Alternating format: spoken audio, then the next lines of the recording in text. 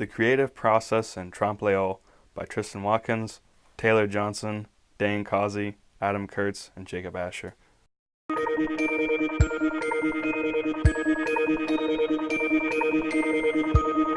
I define it as the process of having original ideas that have value. And all three of those terms to me are important. It's a process, it's not an event. Sometimes ideas come fully formed, but more often than not, creativity and the development of original ideas evolves through various phases. Often the idea you start with is not the one that you end up with, or the original idea gets changed and elaborated in all kinds of ways that are a result of the process of working on it. I think that we all have a potential for creativity. We're born with it. If you're a human being, it comes with the kit. And to say that people are born with the capacity for creativity, and we all are, I believe is true. It's equally true to say, though, that very many people never develop these powers properly. They don't understand them, and they don't acquire them or refine them any more than everybody on earth is literate.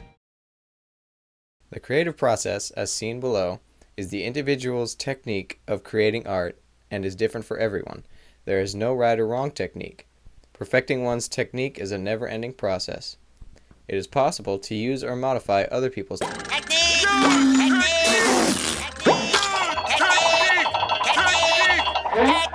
You're not doing the technique.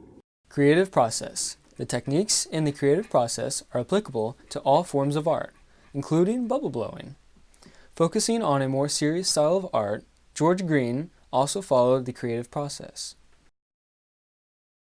The following quote sheds light on the creative process George Green followed. The artist is alone with his own mind, in that the mind works between several worlds: the world of actual objects, the imaginative dreamscapes of fantasy, and the unrepresentable sounds of song and music. These are, he suggests, the very layers of imagination. George Green. And following the creative process, George Green was able to invent Trompe-l'œil, which we will cover on the next slide. Trompe-l'œil! French for deceiving the eye, or what some others may refer to as the evils of voodoo, an art technique that uses realistic imagery to create the optical illusion that the depicted objects exist in 3 dimensions. The style of Trompe-l'œil is made with a multi-layers, thus giving the appearance of a 3rd dimension.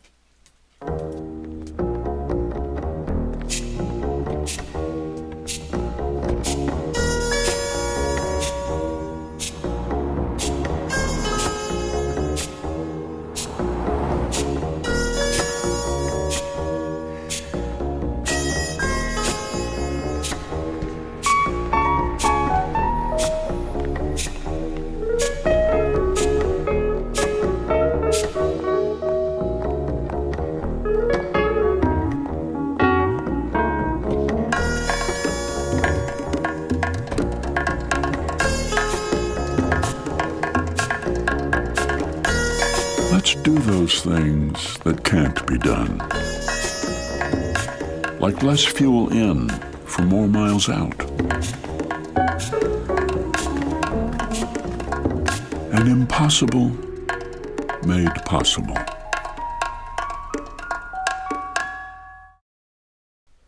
The art of Trompe-l'œil is similar to forced perspective. Forced perspective is a technique that allows optical illusion to make an object appear farther away, closer, larger, or smaller than it actually is.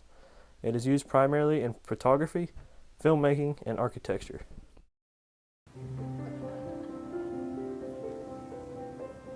When I was younger, I had this feeling that there was this handbook that I'd never gotten that explained how to be, how to laugh, what to wear, how to stand by yourself in a hallway. Everyone else looked so natural, like they'd all practiced together and knew exactly what to do, even just the way that they'd push the hair out of their face. My experience was pretty much the opposite. I was conscious of how I sat and how I smiled, and when I was alone with another person, I had no idea what to do or what to say. I could just feel myself panic. It sucked. I'd imagine what people were like when I wasn't around, how they'd compare notes on how I didn't quite fit, or even worse, maybe they just wouldn't notice. So I tried to pick up the patterns, I wore what they wore and said what they said. I even wrote "smile more" on a sticky note. And over time, it sort of worked in a way. I made a version of me that fit in, whatever that means. But as I grew older, the patterns kept changing, and it took so much effort to keep learning them. And I was still stuck with the problem that I'd started with, being terrified of the moment when my tricks stopped working. I think it took me too long to learn something, that even though there is a thing called fitting in, that it's something that you can learn and practice. Those pages are so thin compared to who you are, that the way to become natural, like I wanted to be so badly, is by forgetting what you're trying to be to other people. And if there is a handbook, you probably get to write it yourself.